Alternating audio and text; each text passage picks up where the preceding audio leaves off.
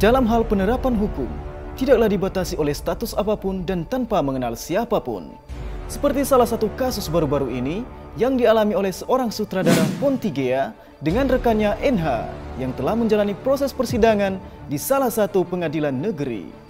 Sebelum menjalani proses persidangan, Pontigea bersama rekannya NH terlebih dahulu telah diamankan di tahanan kejaksaan selama 3 hari.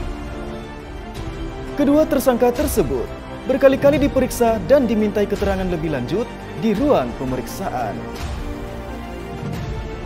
Setelah semua barang bukti yang ada diterima oleh pihak kejaksaan, kedua tersangka dibawa untuk menjalani proses persidangan.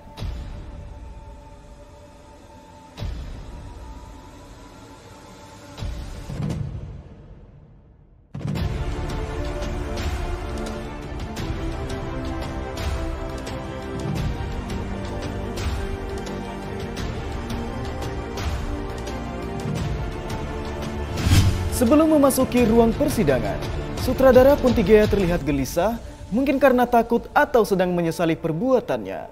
Namun di sisi lain, rekannya NH sepertinya terlihat biasa saja, bahkan sedikit tersenyum. Bisa dibilang, tersangka yang satu ini tidak merasa bersalah atau mungkin seperti terbiasa dalam situasi seperti ini. Pada persidangan tersebut, hakim memutuskan bahwa sutradara Pontigea bersama rekannya telah terbukti bersalah dengan melakukan tindak pidana pembunuhan dan dijatuhi hukuman selama 15 tahun penjara.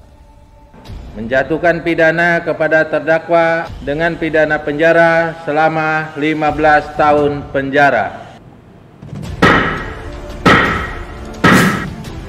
Mungkin kita semua yang mendengar berita ini kaget, terlebih kepada pihak yang sudah mengenal atau bahkan telah menggemari sutradara yang satu ini.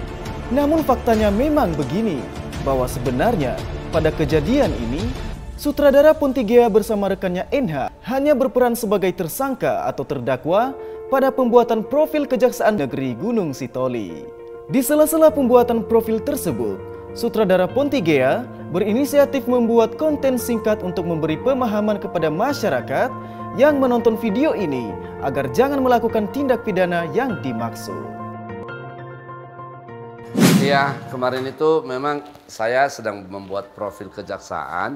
Lalu di sela-sela itu saya juga tertarik memerankan pelaku pembunuhannya. Jadi saya harus masuk penjara dengan teman saya harus dibigari ya. Luar biasa pengalaman saya di dalam sel, dalam tahanan di balik jeruji besi itu.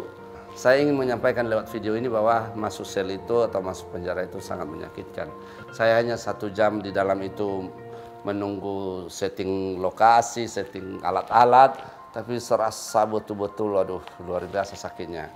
Jadi video ini bermaksud untuk menyampaikan pesan agar jangan melakukan pidana pembunuhan, main hakim sendiri, main pukul tanpa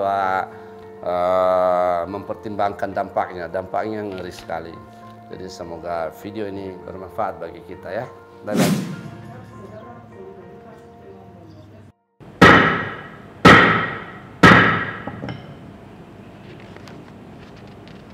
Cut.